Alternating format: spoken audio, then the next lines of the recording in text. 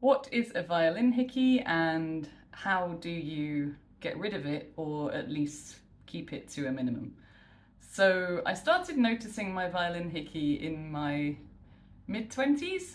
I was playing a lot at the time, and this little bump here started to appear on my neck, and then it got red and swollen, and it used to sometimes hurt a little bit, and occasionally it would start to get a bit like, I don't know, like a wound, you know, at the beginning.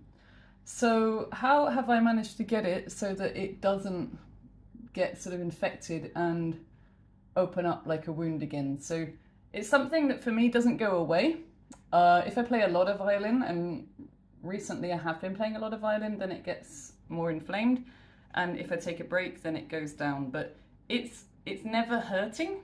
It's more just a case of, you know, massaging it to make sure that there isn't sort of stuck fluid in the region. So, and also cleaning your skin, and also exfoliating and moisturizing it with stuff that's going to keep your skin in balance. So today I'll talk you through what I do to take care of it, and also the cause. So for me, the biggest cause of this is the wrong shaped chin rest. So if your chin rest is too high for you, or has a bump in a place that sort of protrudes into your neck, then you're most likely to have this. If you don't play with a chin rest, or maybe you don't play with a shoulder rest, or a chin rest, then you're probably not going to have a problem with this. So the first thing that I did in order to help me with this was to buy a chin rest that fits my neck shape. So I've got a long, very long neck here, but my jaw is sort of slanted more that way rather than that way. So if your chin is lower than the inner point of your neck, then your jaw is going to be slanted that, then you probably need a higher one. But if, like mine, your chin is more slanted that way, I mean, I like a flat one like that, but it's got a bit of height on it because of my long neck, but you can also get low flat ones. So what I will do is I will put some links below to different types of chin rests that you can buy depending on your, what do we call this, jawline, I guess. Cool, okay, next thing. So also the material this is made out of as well might affect you. So you may be allergic to something this is made out of. So for me, this is plastic. It's very cheap, this one actually. I find this one a really good all-rounder that most people fit, but if your neck is short, then it's not going to work. I mean, like particularly short. So the other thing is the shoulder rest. If your shoulder rests at the wrong height, you can watch my shoulder rest video, which I'll link below.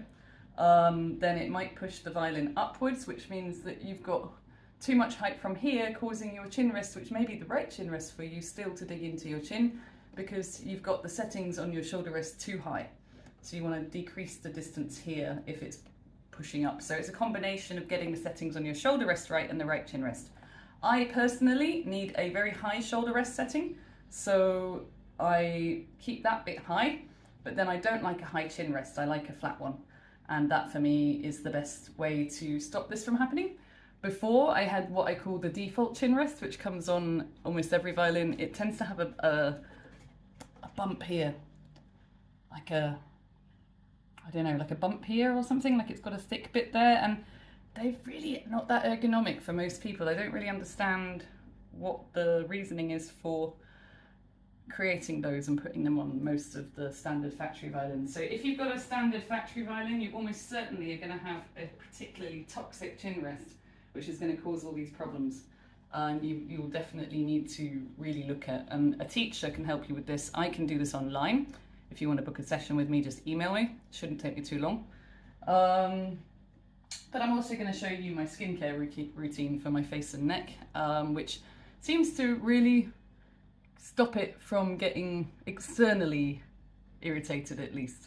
You know, sometimes it will still come up and down a bit if I'm playing a lot or if I'm not. Yeah, keeping the chin rest clean as well is important. So if I play a lot and don't clean my chin rest regularly, disinfect it with disinfectant, then this gets worse as well. So you actually do need to clean the points that you contact with your skin quite frequently on instruments, or it kind of builds up like a scum on it. So the chin rest is a particularly potent point for scum buildup.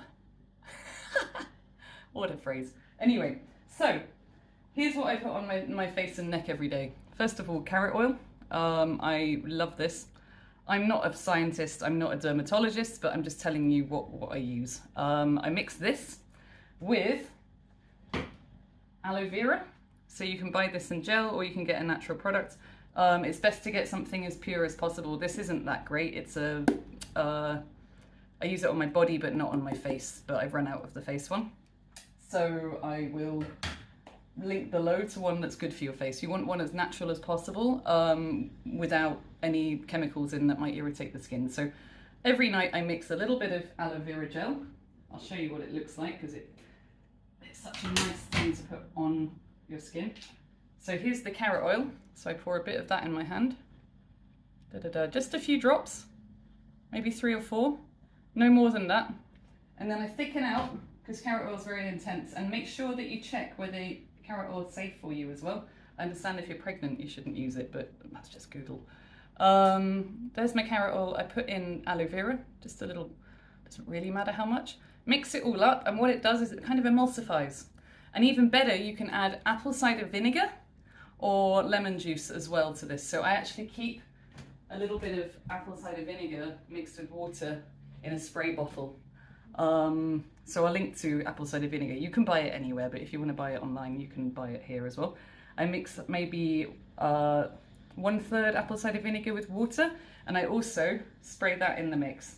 So let's just do that. And then the whole thing emulsifies quite nicely, and it feels great when you apply it to your skin. Put that on it every day. If you have an infection, or if you want to keep an infection at bay, you can also buy colloidal silver. Colloidal silver is a natural disinfectant if you just want to keep your skin clean.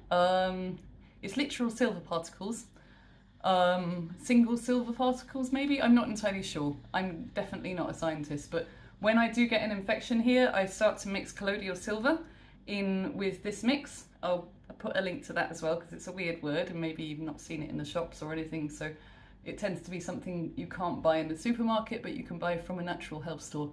And then also I try to keep the neck, I massage it when I apply this every day, every morning, every night. I self-massage my neck.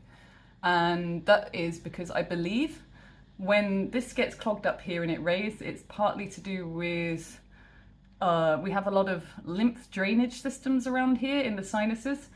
And I think it's really important to self-massage to keep your lymph system moving, because when the lymph gets built up, that's when you get things like you know, like growths in the skin, like swollen. I can't remember what the name is, but I've had one before where the lymph gets blocked, and it was actually in a different part of my body, but this felt a bit like that as well. So if it feels a bit kind of crispy around here, it means you've got lymph build-up. And so especially around the back of the jaw here.